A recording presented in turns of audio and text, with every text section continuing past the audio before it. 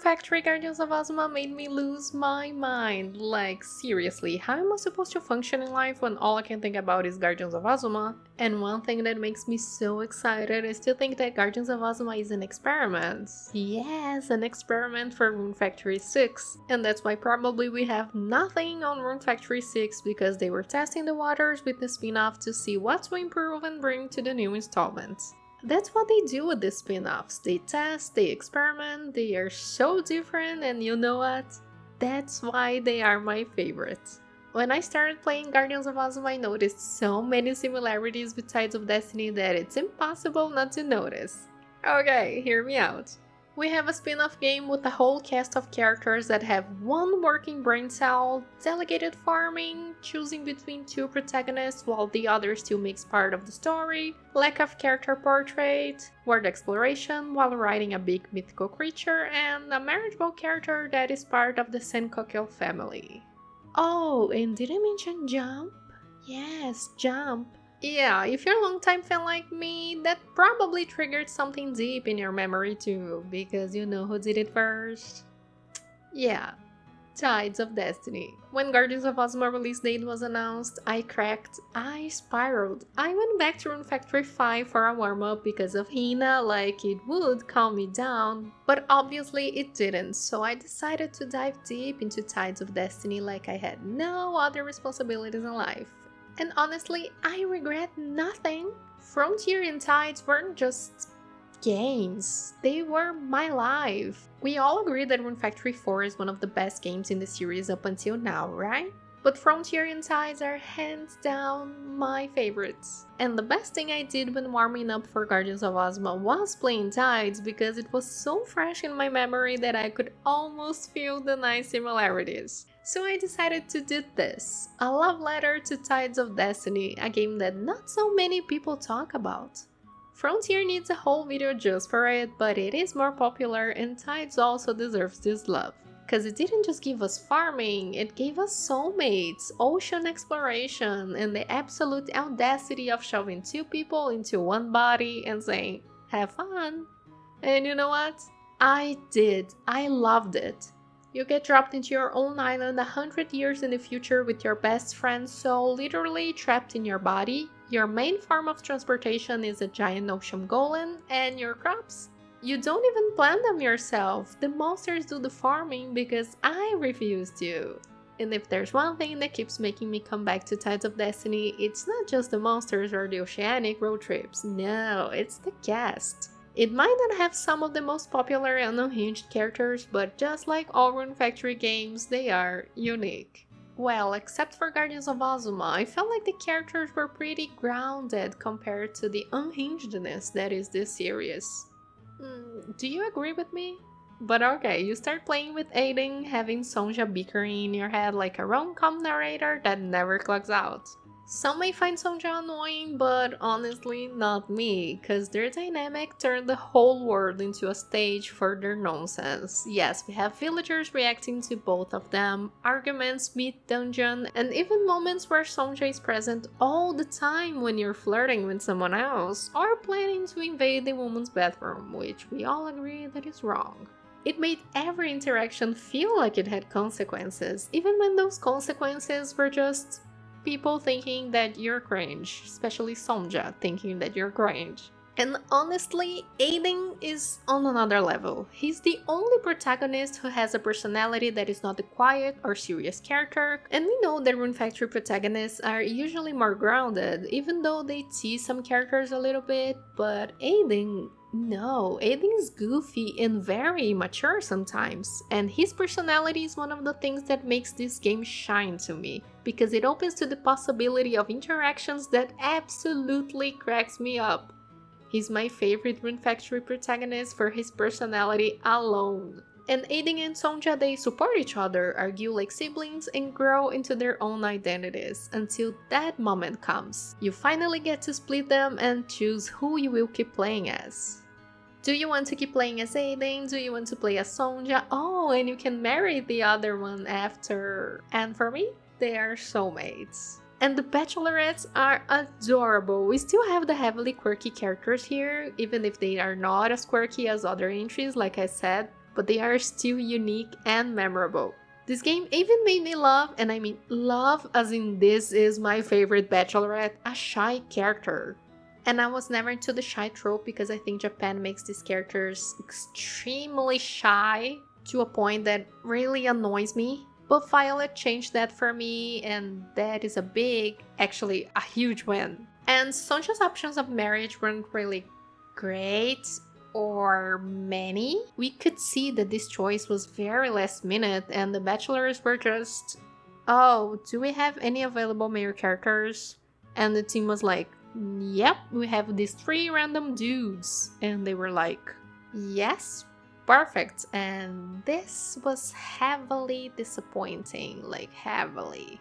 But looking at the bright side, this was the first Rune Factory game that let you choose your gender, even if it was after beating the story, and the only one up until now that the 2 protagonists were part of the story and you could marry the other. We had this happen in some Harvest Moon games, but this was the first in a Rune Factory game and the only one until 2025. And then there's Ymir, the golem, the boats, the kaiju sea beast that gently takes you from one island to the other like an ancient Uber driver who slaps giant squids and finds islands like some kind of beach episode Gundam crossover.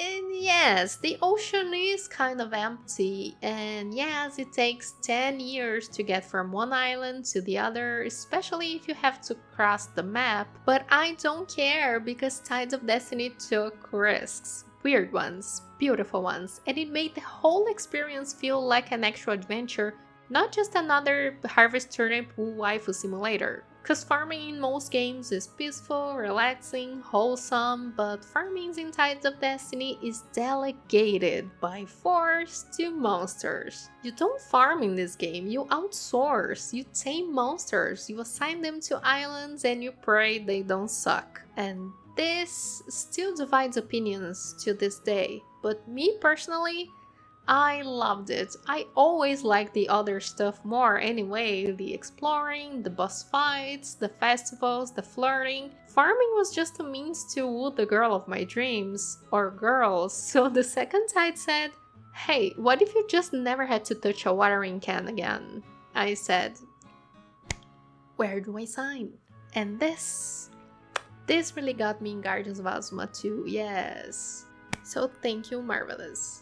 And our farm was separated into islands, each island having its own season, so picking the right monsters was like building a weird little squad of plant nerds who work while you flirt and fight goblins. And if you love farming games, you might miss this part because, like I said, the farming system is one of the things that make this game so controversial in the first place. Some people love it, some people don't because of the lack of farming, and that's okay because we are allowed to disagree and to have our own favorite games, our favorite systems, but if you're like me and you just want to manage your little monster startup and have a field of strawberries, with zero effort so you can focus on the world, the girls, the exploration. Tides of Destiny is a dream. But Mel, is this game still worth playing in 2025? Short answer, yes. Long answer, let me ramble.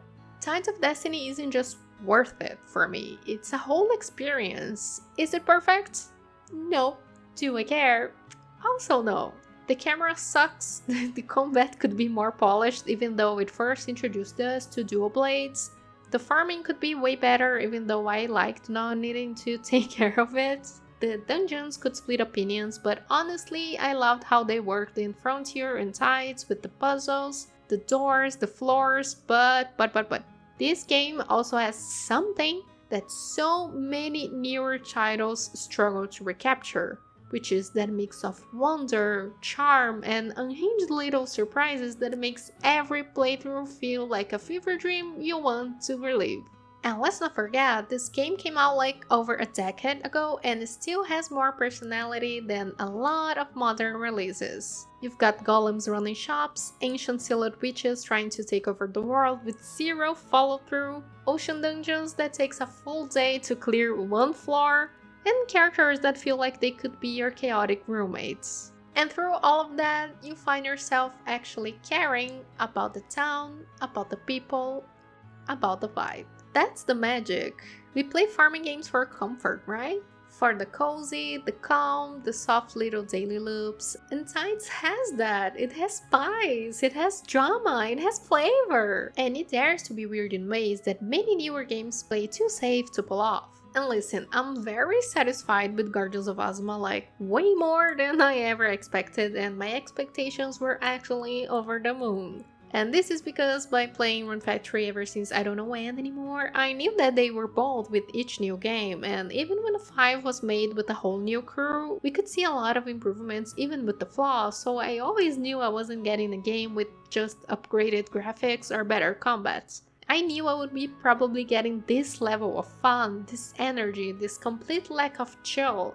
I honestly was really hoping for another cast that made me say, oh my god, I need to marry all of you, and yes, it happens. I also wanted another set of mechanics that made me ask, wait, am I about to ride a dolphin into a volcano? And Kai really said, yep.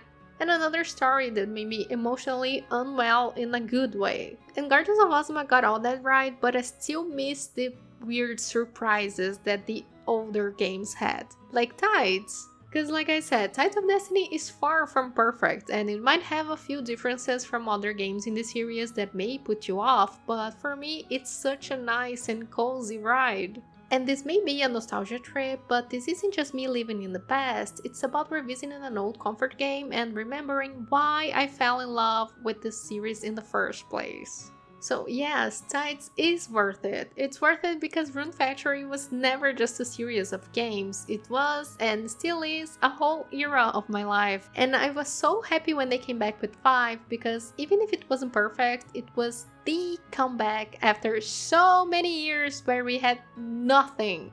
It was literally the reborn of a series, and yes, I cried playing Rune Factory 5 and I cried playing Guardians of Azuma, seeing how far this series have gotten. Like, I'm such a fangirl. Because we started with clunky graphics and gameplay to something that feels epic, even with their imperfections. We could see how they learned and improved from Rune Factory 5 to Guardians of Azuma, and I'm so excited to see even more growth in the future. No pressure, Marvelous. And this is the energy I want to carry into future releases. I want a game that feels alive, that lets me ramble, flirt, suffer, thrive, and maybe even just for a little bit, heal. Because if there's one thing that Tides taught me is that joy is found in the weirdest places. And I still need to make my full review on Guardians of Azuma, but before that, I really wanted to do this because I really don't see many people talking about Tides of Destiny as it should, because that game for me is a gem. And while I was warming up for Guardians of Azuma, I started recording my Tides of Destiny gameplay, and I'm thinking of bringing a future 100 days of Tides of Destiny. And it's gonna take time because at this moment I'm working on the Guardians of Azuma one, send help. But when I start editing that one, oh my god, it's gonna be wild. So, have you ever played Tides of Destiny before? If you did, let me know in the comments what you think of it. Don't matter if it's good or bad, like, as long as it's respectful. I like to think that this is a safe place for us to ramble, talk, and share different opinions, because we all have different tastes and opinions, and that's totally okay. Also, I want to know who was your favorite bachelorette, and for the bachelors, I don't want to know because we just have to deal with leftovers. Okay.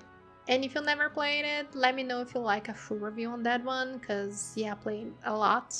Frontier and Ties are the Rune Factory games I played the most. Okay, now let's stop the rambling. Go for it. Stay hydrated. And remember, life is short. Let the monsters do the farming. See you in the next harvest. Bye bye!